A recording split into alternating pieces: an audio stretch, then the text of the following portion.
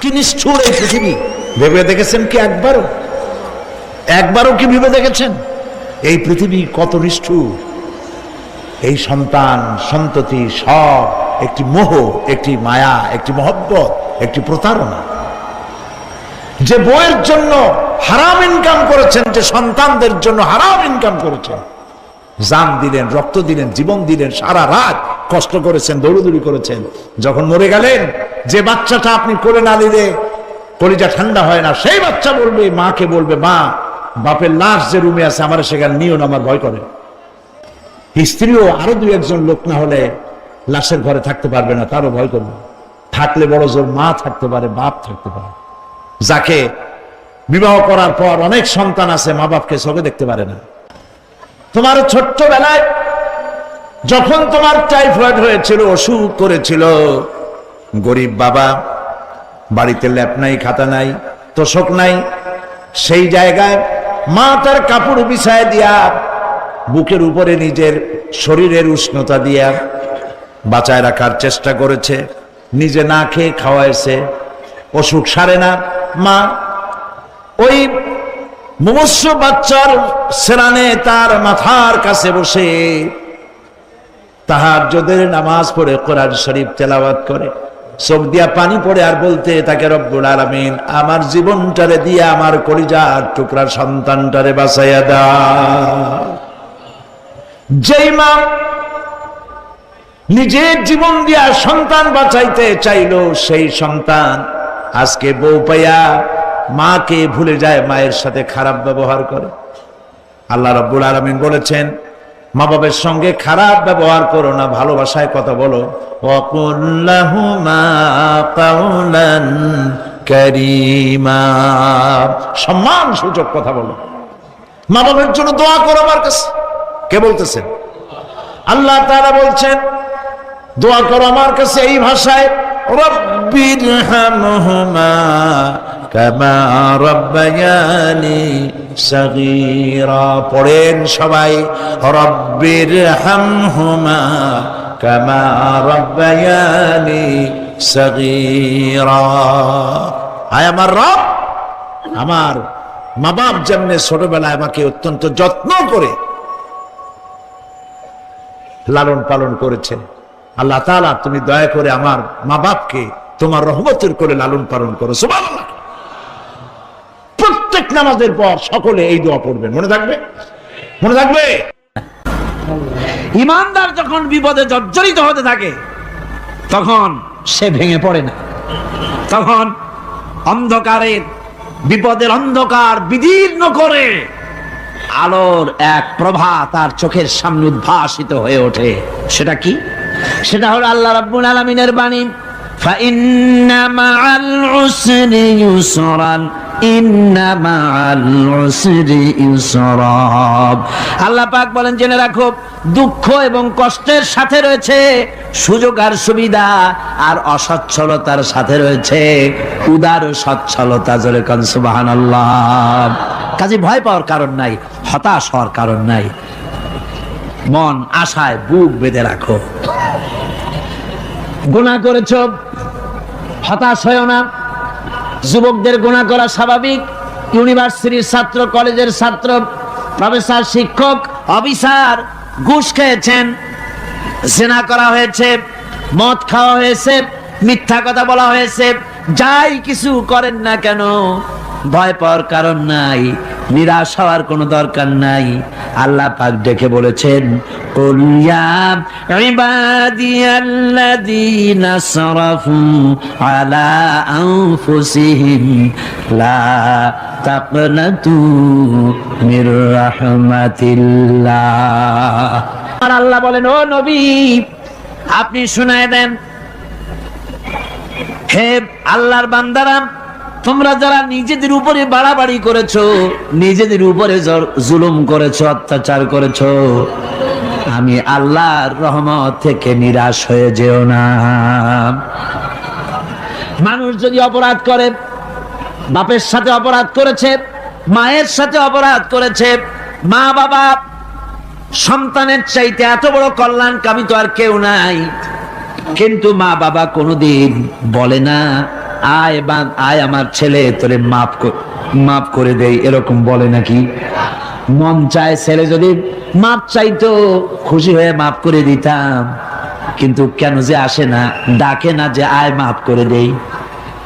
মা বাপ আপনাকে এত ভালোবাসে, সেই মা বাপও আপনাকে বলে না যে আয় মাফ করে দেই। আমার আল্লাহ হচ্ছেন এমন আল্লাহ,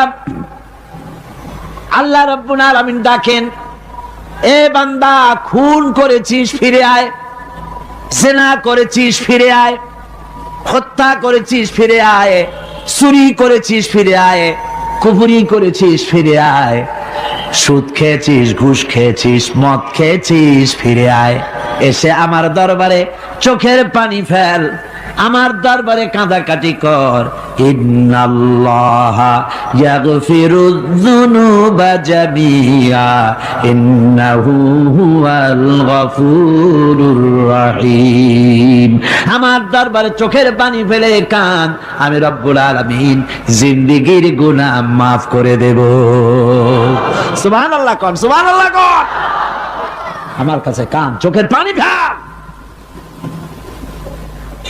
আল্লাহ রাব্বুল আলামিনের কাছে বান্দার দুইটা ফোঁটা বেশি প্রিয়। একটা হলো জিহাদের ময়দানে যে রক্ত ফোঁটা দেওয়া হয়, এটা আল্লাহর কাছে প্রিয়।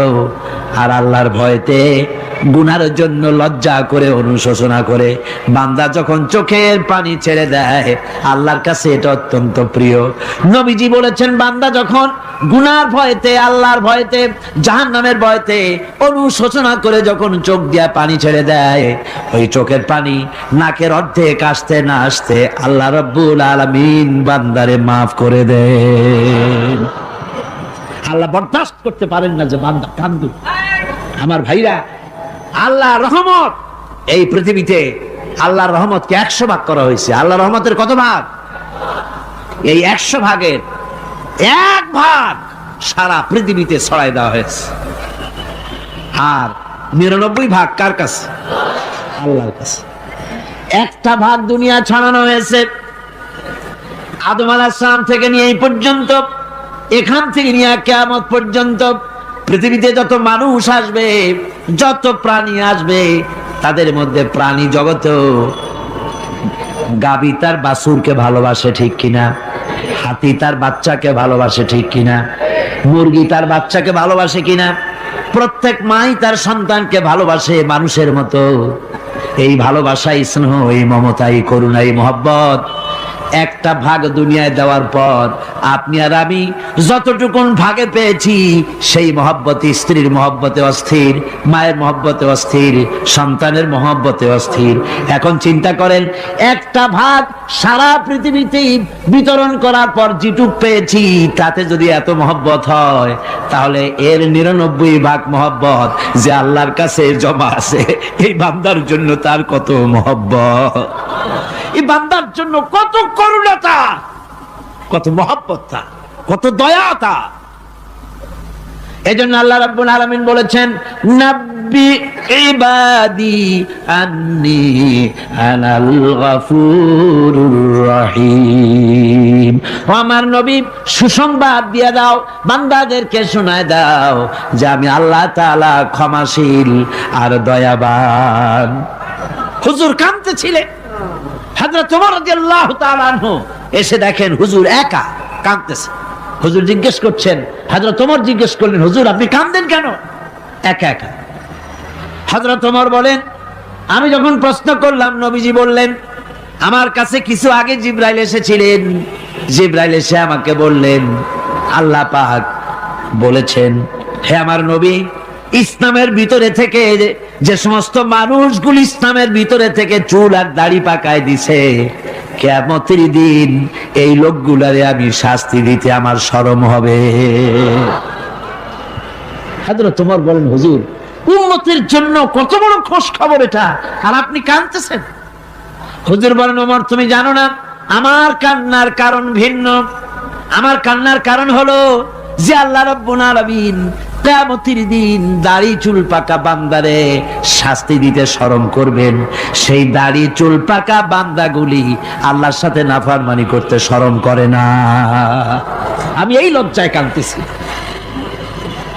ভাইরা, হুজুর, আল্লাহ পাক বলেন, ও আমার নবী, রাতের আধারে যখন একটা বুড়া আমার দরবারে হাত উঁচু করে, একটা বুড়া মানুষ রাতের আধারে যখন আমার দরবারে হাত উঁচু করে আর যখন বলতে থাকে রব্বুনা রাবিন, আমার পেছনের জীবনটা বড় খারাপ করেছি, এমন কোন কাজ জীবনে করি নাই যা তোমার কাছে কিছু দাবি করতে পারি, সব রকমের নাফরমানি করেছি, আজ আমি বুড়া হয়ে গেছি, কামাই করতে পারি না, ছেলে আমাকে চোখে দেখতে পারে না, পুত্রবধূ আমাকে ঘরে জায়গা দেয় না, আমার স্ত্রী আমাকে দেখতে পারে না, রোজগার করতে পারি না, হাঁটতে পারি না, চলতে পারি না, সবার কাছে আমি তিতা হয়ে গেছি, আমি দাঁড়াতে পারি না, কোমরে ব্যথা পাই, হাঁটুতে ব্যথা পাই, চলতে পারি না, কানে শুনতে পাই না, চোখে দেখতে পারি না, আর তোমার কাছে কিছু চাইয়া নেব এমন ভালো কাজও করি নাই। এইভাবে যখন বান্দা কাঁদতে থাকে আমার দরবারে, ও আমার হাবিব, আমার রহমতের দরিয়ায় জোশ মেরে যায়, আমার শরম হয় এই বুড়াটারে কেমনে খালি হাতে ফিরাইয়া দেই। সুবহানাল্লাহ, সুবহানাল্লাহ। আমার আল্লাহর এত দয়া, আমার আল্লাহর এত মায়া, এত মহব্বত। আমার আল্লাহ রাব্বুল আলামিন বলেন, وَإِذَا سَأَلَكَ عِبَادِي عَنِّي فَإِنِّي قَرِيبٌ। আমার হাবিব, আমার বান্দা আমার ব্যাপারে প্রশ্ন করে, আমি বান্দার একদম নিকটে। কোরআন শরীফের ভিতরে যত জায়গায় রাসূলকে বলা হয়েছে সুয়ালের কথা, আপনাকে প্রশ্ন করা হয়, আল্লাহ তার জবাব কুল এই কথা বলে জবাব দিয়েছেন। যত জায়গায় সুয়াল এসেছে, যেমন কোরআনে কারীমের মধ্যে আল্লাহ পাক বলেন, ওয়ায়াসআলুনাকা আনিল মাহিদ, মেয়েদের হায়েজ সম্পর্কে জিজ্ঞাসা করা হয়, কুল হিয়া আযা, হে নবী আপনি বলুন। এভাবে করে কুল দিয়ে জবাব দেওয়া হচ্ছে। আবার প্রশ্ন করা হচ্ছে, ওয়ায়াসআলুনাকা আনিল আনফাল, এই গনিমতের মাল সম্পর্কে হুজুর আপনাকে, হে নবী আপনাকে প্রশ্ন করা হয়। আল্লাহ কুল দিয়া জবাব দিলেন, আল্লাহ বলেন আপনি বলেন। ওয়ায়াসআলুনাকা আনিল খামরি ওয়াল মাইসির, আল্লাহ পাক বলেন নবী আপনারে প্রশ্ন করা হয়, কুল ফীহিমা ইসমুন কাবীর, আল্লাহ কুল দিয়া বললেন তুমি বলো। আবার বলা হলো, ওয়ায়াসআলুনাকা আনিল আহিল্লা কুল হিয়া মাওয়াকিতু লিন্নাস, নবী আপনাকে প্রশ্ন করা হয় চাঁদের ক্রমবর্ধমান এবং ক্রমহ্রাস, এই যে বাড়ে আর কমে, পূর্ণিমা হয় অমাবস্যা হয়, কেন হয় আপনি বলুন। কুল, আপনি বলেন এটা আমি অক্ত এবং সময়, বছর আর দিন গণনা করার জন্য পৃথিবীবাসীদের জন্য বিনা পয়সায় একটা ক্যালেন্ডার বানাইয়া আকাশে ঝুলাই রেখেছি। এভাবে যত জায়গায় এসেছে আপনাকে প্রশ্ন করা হয়, তত জায়গায় আল্লাহ জবাব দিয়েছেন কুল আপনি বলেন। গোটা কোরআন শরীফের ভিতরে এই একটি মাত্র জায়গা যেখানে বলা হয়েছে আপনাকে প্রশ্ন করা হয়, আল্লাহ এখানে বলতে পারতেন কুল আপনি বলেন, আল্লাহ তোমাদের নিকটবর্তী, এভাবে জবাব হয় নাই। এটা কায়দাটা হলো এই, আল্লাহ বলতেছেন ওয়াইজা সালাকা ইবাদি, ও আমার নবী প্রশ্ন তো আমার বান্দারা আমার ব্যাপারে করেছে, এবার আপনার জবাবের কোনো দরকার নাই, প্রশ্ন আমার ব্যাপারে আমি নিজে জবাব দিয়ে দেই, ফা ইন্নী কারীব, ও বান্দা আমার ব্যাপারে প্রশ্ন করেছিস, জবাব আমি দেই, আমি তোর সবচাইতে বেশি নিকটে। সুবহানাল্লাহ, কত নিকটে?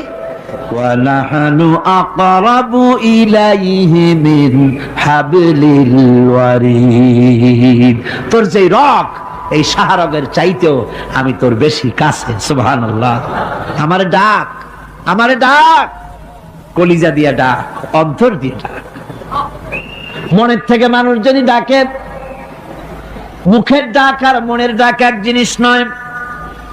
দিল সে जो बात निकलती है असर रखती है पर नहीं मगर ताकते परवाज रखती है। দিল থেকে যে কথা বেরোয় তা প্রভাব বিস্তার করে, ডানা নাই কিন্তু ওড়ার ক্ষমতা রাখে। মনের কথাই ভিন্ন, মন থেকে, দিল থেকে, কলিজা থেকে, অন্তরের গভীর কন্দর থেকে মোহাব্বতের সাথে কেউ যদি একবার বলে আল্লাহ, আল্লাহ রাব্বুল আলামিন বলেন অন্তরের অন্তঃস্থল থেকে একটি বার যদি বান্দা বলেন আল্লাহ, আল্লাহ বলেন 70 বার সাড়া দিয়া জিজ্ঞেস করি বান্দা কি চাও, আমি তোমার কাছে আছি। সুবহানাল্লাহ, আমি তোর একদম কাছে, কি চাস বল, বল আমার কাছে। এমন দয়াবান, এমন মেহেরবান, এমন আল্লাহ আমাদের। সে আল্লাহ রাব্বুল আলামিন তিনি বলছেন وقال ربكم ادعوني استجب لكم, তোমাদের রব বলেছেন আমারে ডাকো, আমি আল্লাহ ডাকের সাড়া দিয়া দেব। সুবহানাল্লাহ। কারে ডাকতে হবে? কারে ডাকতে হবে?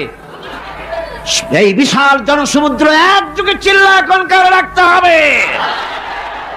কোন পীর সাহেবকে নয়, আল্লাহর কসম কোন খাজা বাবাকে নয়, ডাকতে হবে কারে? চিল্লা এখন কারে? ওয়াকালা রাব্বুকুম উদউনি, তোমার রব তোমাকে বলতেছে আমারে ডাকো, আস্তাজিব লাকুম, আমারে ডাকবে আমি সাড়া দিয়ে দেব। সুবহানাল্লাহ।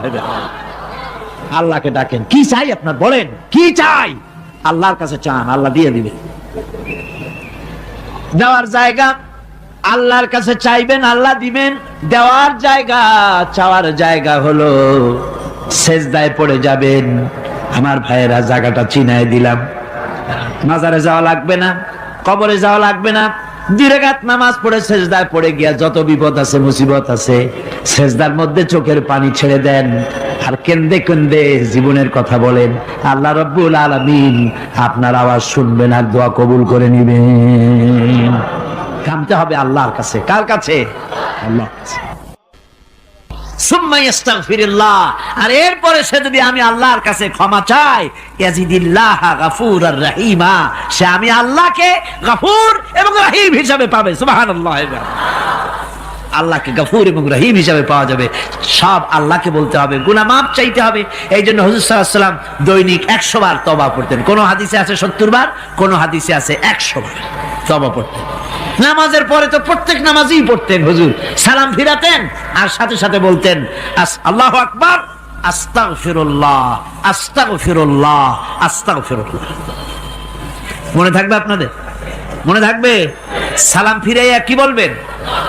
না, সালাম ফিরাবার সাথে সাথে বলবেন আল্লাহু আকবার, তারপরে পড়বেন আস্তাগফিরুল্লাহ, আস্তাগফিরুল্লাহ, আস্তাগফিরুল্লাহ।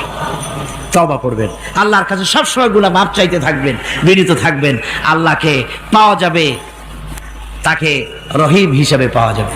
সুতরাং ঈমান বিল্লাহ, আল্লাহর প্রতি ঈমান আনলে পরে 4th নম্বরের যে উপকারটা হবে সেটা হলো হতাশায় ভুগবে না, নিরাশায় ভুগবে না, আশায় বুক বেঁধে উঠবে, ঈমান মজবুত হবে, আল্লাহর কাছে মানুষ বিনয়ী হয়ে যাবে। এবার 5ম নম্বরের উপকার আমি বলছিলাম, ঈমান বিল্লাহ, আল্লাহর প্রতি ঈমান আনলে পরে অসংখ্য উপকার হয়, অসংখ্য বৈশিষ্ট্য আছে। এর 6টা উপকারের কথা আমি বলবো। কয়টা? অসংখ্য উপকারের ভিতরে প্রধান 6টি উপকারের কথা বলবো। এর বললাম কয়টা? 4টে বলেছি। এবার বলো 5ম উপকারের কথা। আল্লাহর প্রতি আপনি পূর্ব পশ্চিমে কতবার মুখ ঘোরালেন, এটাই কিন্তু আপনার আসল সৎ কাজ নয়। আসল সৎ কাজ হলো আল্লাহর প্রতি ঈমান আনা। এই ঈমানের ব্যাপারে 3টা দিন আমরা পার করে দিলাম, এখনো কথা শেষ হয় নাই। আল্লাহর প্রতি ঈমান আনলে পরে যে উপকারটা হবে 5ম নম্বরে, সেটা হলো কঠোর এবং কঠিন বিপদের ভিতরে বান্দার ভিতরে অবিচলতা এবং ধৈর্যের সৃষ্টি হয়ে যাবে। আলহামদুলিল্লাহ। কঠিন বিপদ মুসিবত আসলে পরে সে অবিচল থাকবে। সারা দুনিয়ার বিপদ আপদ, শত্রুতা, দুঃখ, কষ্ট, মুসিবত, জুলুম, নির্যাতন সবকিছু পাহাড়ের মতো উঁচু হয়ে তাকে ঘিরে ফেলবে, কিন্তু তাকে এক চুলও নাড়াতে পারবে না। কারণ হচ্ছে আল্লাহ রাব্বুল আলামিন বলেছেন, ইউরিদুনা লিইউতফিউ নূরাল্লাহি বিআফওয়াহিহিম ওয়াল্লাহু মুতিম্মু নূরিহি ওয়ালাউ কারিহাল কাফিরুন। ওরা চায় মুখের ফু দিয়ে আমার আলোকে নিভিয়ে দেবে, কিন্তু আমি আমার আলোকে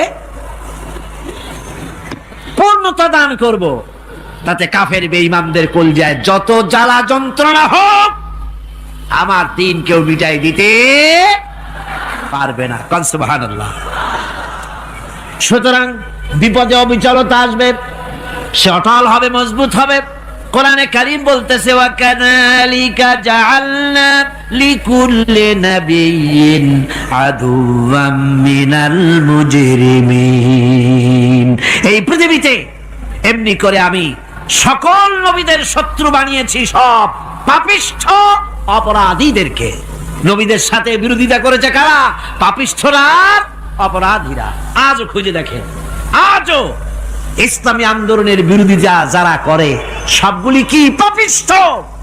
সত্য কিনা কর? ইসলামী আন্দোলনের বিরোধিতা যারা করে হিসাব করে চোখ দিয়ে তাকায় দেখেন, খুঁজে দেখেন তাদের নামগুলি। মদখোর, জিনাকার, বদমাশ, চোর, হাইজাকার, বেনামাজি, লুটেরা, মিথ্যাবাদী, সবচাইতে সমাজের নিকৃষ্ট লোকগুলি ইসলামের বিরুদ্ধে করে। জমিন আল্লাহর, জমিন কার? এই বিশাল জনসমুদ্র গর্জে উঠুন একযোগে, বলুন জমিন কার? আইন চলবে কার?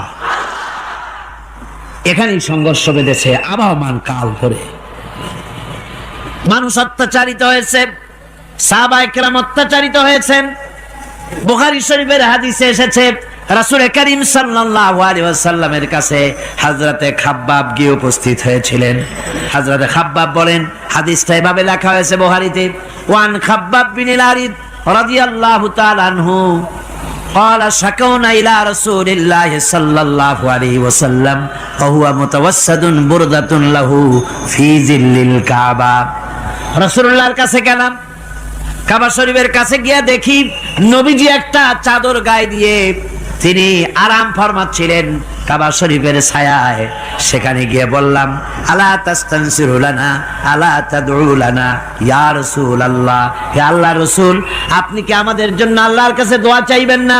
আপনি কি আল্লাহর কাছে আমাদের জন্য সাহায্য চাইবেন না? আমাদের লোকগুলিকে, মুসলমানগুলিকে মারতে মারতে তো শেষ করে ফেলে দিল। তারা আমাদের সুমাইয়াকে মারলো, আমাদের খাব্বাবকে উটের সাথে পায়ের দড়ি লাগায় টানলো, আমাদের খোবায়েবকে তারা আগুনের উপরে চিৎ করে শোয়ায় রাখলো, না খায় রাখতেছে, মারতেছে। কষ্টে তো শেষ হয়ে গেলাম, হুজুর আপনি কি আমাদের জন্য দোয়া করবেন না? হাদিস শরীফে এসেছে, নবীজি উঠে বসলেন সোজা হয়ে। নবীজি বলেন, ও আমার সাহাবী, ও খাব্বাব শোনো, তোমাদের আগে এই পৃথিবীতে যারা দ্বীনের দাওয়াত দিতে এসেছিলেন তাদেরকে সমকালীন রাষ্ট্রশক্তি, সমাজ শক্তি তাদেরকে ধরতো। ফায়ুখাজুর রাজুলো, তাদেরকে তারা ধরতো। ফায়ুহফারু লাহু ফিল আরদ, আর তার জন্য জমিনের ভিতরে কবর বানাইতো। ওই কবর ফায়ুজালু ফিহা, ওই কবরের ভিতরে তাকে কোমর পর্যন্ত গেড়ে দিত। সুম্মা ইউতা বিল মানশার, এরপরে করাত আনতো। ফায়ুদাউ আলা রাসিহি, এরপরে ওই রাখতো। ফায়ুজালু নিসফাইন, এরপরে করাত দিয়া চিরে জীবিত মানুষটারে করে ফেলে দিত।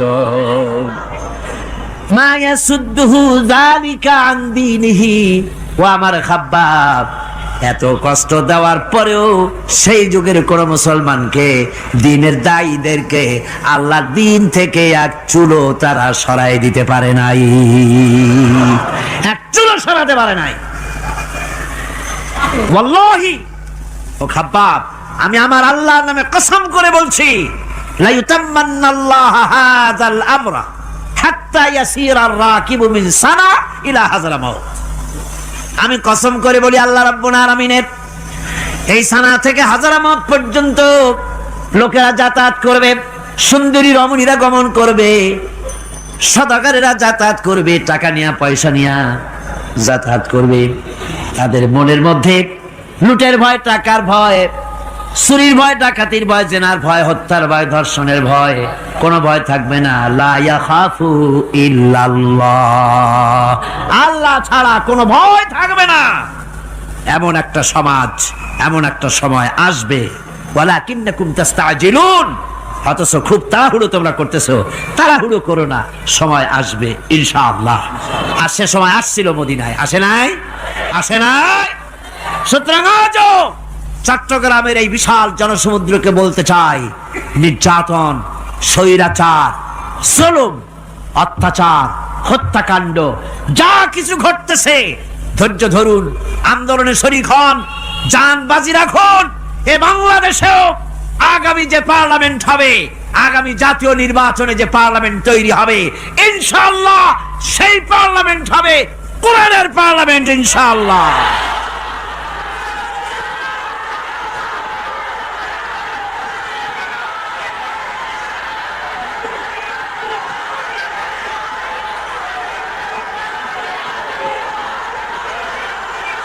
আমার ভাইয়েরা, আমার বন্ধুগণ, কঠিন বিপদে অবিচলতা এবং ধৈর্যের দৃষ্টান্ত রেখে গেছেন আম্বিয়া আলাইহিমুস সালাম। সুবহানাল্লাহ। কঠিন বিপদে অবিচলতা, দৃঢ়তা, ধৈর্য কারে বলে, তার দৃষ্টান্ত কারা রেখেছেন? আম্বিয়া আলাইহিমুস সালাম। ওনারাই আমাদের আদর্শ, নবীরাই আদর্শ। সাহাবায়ে কেরাম রিদওয়ানুল্লাহ তাআলা আলাইহিম আজমাইন আমাদের আদর্শ। ভাইরা আমার, মুসা আলাইহিস সালামকে ফেরাউন যখন ঘিরে ফেলে দিল, কোরআনের সব কথা গল্প গুজবার ইতিহাসের জন্য লেখা হয় নাই। কোরআনের মধ্যে যা লেখা হয়েছে সব বান্দাদের উপদেশের জন্য, যাতে করে লোকেরা চিরটা কাল এর থেকে উপদেশ নিয়ে নিজেদের তৈরি করতে পারে। জোরে বলেন সুবহানাল্লাহ। মুসা আলাইহিস সালামের কথা আল্লাহ বলেন, ফেরাউন তাকে ঘিরে ফেলে দিল, পালাবার রাস্তা নাই। ফালাম্মা তারাআল জামআন ক্বালা আসহাবু মূসা ইন্না লামুদরাকুন। মুসা আলাইহিস সালামের উম্মতেরা বললেন, হে মুসা, পাকড়াও হয়ে গেছি, পালাবার রাস্তা নাই। তিন দিক থেকে আমাদেরকে ঘেরাও করেছে ফেরাউনের শক্তি। সামনে কি? দরিয়া, আর তিন দিকে কি? ঘেরাও আন্দোলন। হযরতে মুসা আলাইহিস সালামের কাছে উম্মতেরা বললেন, পালাবার তো কোনো পথ নাই, এখন উপায়টা কি? আমাদের তো আর উপায় নাই। মুসা আলাইহিস সালাম দেখেন বিপদে পড়ে গেছেন, কিন্তু ধৈর্য হারান নাই, ভয় পান নাই। ভয় পাইছিলেন? ভয় পেয়েছেন? প্রশ্নই ওঠে না। মুসা আলাইহিস সালাম, আল্লাহ পাক যাদেরকে বলেছেন উলুল আযম রাসূল, যাদের বলেছেন তার মধ্যে হযরত মুসা একজন উলুল আযম পয়গম্বর। চারটিখানি কথা না, আল্লাহ কথা বলছেন তার সাথে, কালিমুল্লাহ তিনি। সুবহানাল্লাহ।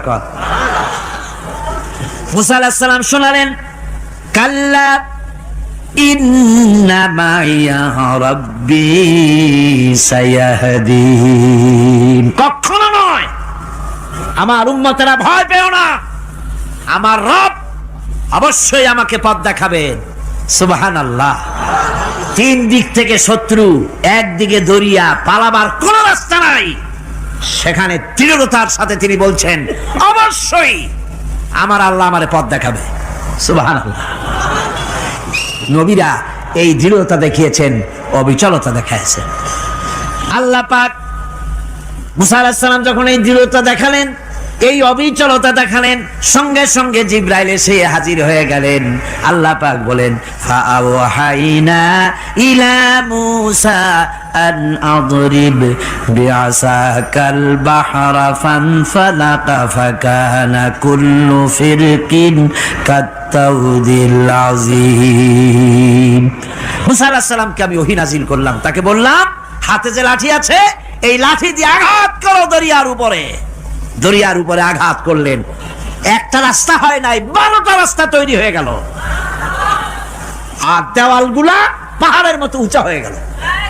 দরিয়ার ভিতরে পাহাড়ের মতো উঁচা, মজবুত 12টা রাস্তা। এবার মুসা আলাইহিস সালাম তার দলবল নিয়ে চললেন। আল্লাহ রাব্বুল আলামিন বলেন, ওয়া আনজাইনা মূসা ওয়া মান মাআহু আজমাইন।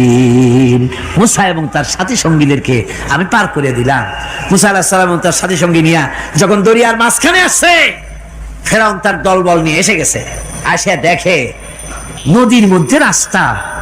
বাবা, খুব তো কায়দা। ও মনে করছে ওর বাজানের তৈরি করা ডিস্ট্রিক্ট বোর্ডের রাস্তা। ওর লোকজন নিয়ে নেমে গেছে দরিয়ার ভিতরে। ও আসছে মাঝখানে, মুসা আলাইহিস সালাম চলে গেছেন ওপার, দরিয়া পার। মাঝখানে যখন এসে গেল, আল্লাহ রাব্বুল আলামিন পানিকে অর্ডার করলেন কুন। আল্লাহর তো বটন টেপা লাগে না, মুখ দিয়া কোনো হুকুম করা লাগে না, শুধু বলেন কুন। যে ব্যাপারে কুন বলেন ফায়াকুন, সাথে সাথে হয়ে যায়। আল্লাহ বললেন কুন, আর অমনি রাস্তা বন্ধ হয়ে গেল। এবার তুফান শুরু হয়েছে নদীতে, ঢেউয়ের উপরে ঢেউ, মৌজুন কাল জিবাল, পাহাড়ের মতো উঁচু হয়ে হয়ে ঢেউ আসতেছে। দলবল ঘোড়া আর অস্ত্রপাতি যা ছিল সব মরিয়া শেষ। এবার ফেরাউন একা উপরে ওঠে আর নিচে নামে, পানি খেতে খেতে পেটের কাম সারা। জনমের খাওয়া খাইছে পানি, এখন জান যায়, বাঁচবার আর উপায় নাই, বাঁচবার আর উপায় নাই। ফেরাউন তার নিজের জীবন সম্পর্কে হতাশ হয়ে গেল। এবার ফেরাউন বলতেছে, আমানতু আন্নাহু লা ইলাহা ইল্লাল্লাযী আমানাত বিহি বানু ইসরাঈল। আমি ঈমান আনলাম, আমি ঈমান আনলাম আল্লাহ ছাড়া কোনো ইলাহা নাই। ওই আল্লাহর উপর ঈমান আনলাম যে আল্লাহর উপর ঈমান এনেছে বনি ইসরাঈলেরা। আল্লাহ যাতে ঠিক পায় যে কোন আল্লাহর উপর ঈমান আনছে। বনি ইসরাঈলের আল্লাহর উপর ঈমান আনলাম। আল্লাহ, এই তো মুসলমান হয়ে গেছি, এরপরও আমার সুবাও কেন? আল্লাহ রাব্বুল আলামিন জবাবে বলেন, আল আন, এখন ওয়াকাদ আসাইতা ক্বাবলু ওয়া কুনতা মিনাল মুফসিদিন। এখন ঈমান আনার কথা বলছো, অথচ যুগের পর যুগ, বছরের পর বছর ধরে আমার মানুষের উপরে মন গড়া আইন চালায়েছো, আমার পয়গম্বরের সাথে বেয়াদবি করেছো।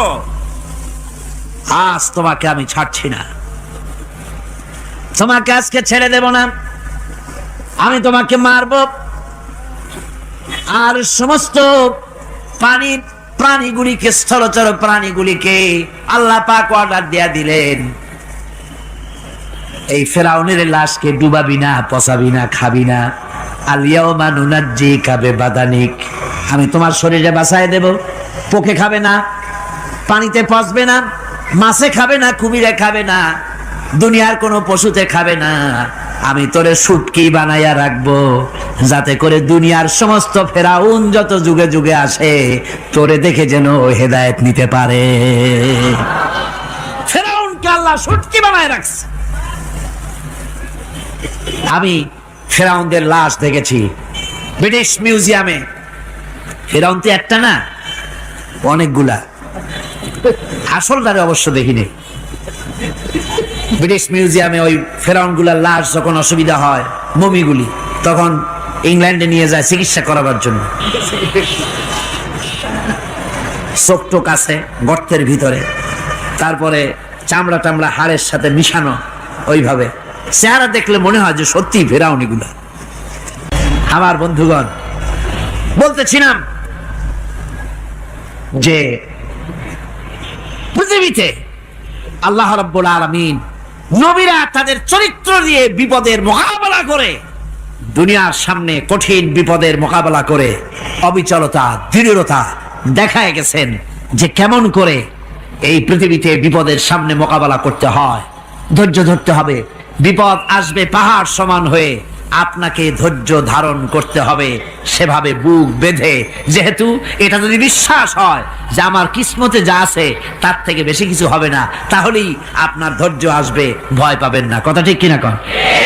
এবারে হযরত হুদ আলাইহিস সালাম সম্পর্কে আল্লাহ রাব্বুল আলামিন বলেন, হযরতে হুদকে যখন ষড়যন্ত্র হলো, কাফির বেঈমানেরা তাকে মেরে ফেলার জন্য যখন সরকারি ষড়যন্ত্রে লিপ্ত হয়ে গেল, হযরতে হুদ সমাজের এই চ্যালেঞ্জের মোকাবেলা করলেন। হযরত হুদ বলেন, ফাকিদুনি জামিআন সুম্মা লা তুনজিরুন ইন্নী তাওয়াক্কালতু আলাল্লাহি রাব্বি ওয়া রাব্বিকুম। তোমরা তোমাদের ষড়যন্ত্র আমার বিরুদ্ধে যত পারো আমার বিরুদ্ধে ষড়যন্ত্র চালাও, এতটুকুন আমার অবকাশ দিও না। আমি এমন আল্লাহর উপরে ভরসা করেছি যার হাতের ভিতরে তোমাদেরও জান আর আমারও জান। যা পারো তাই করো।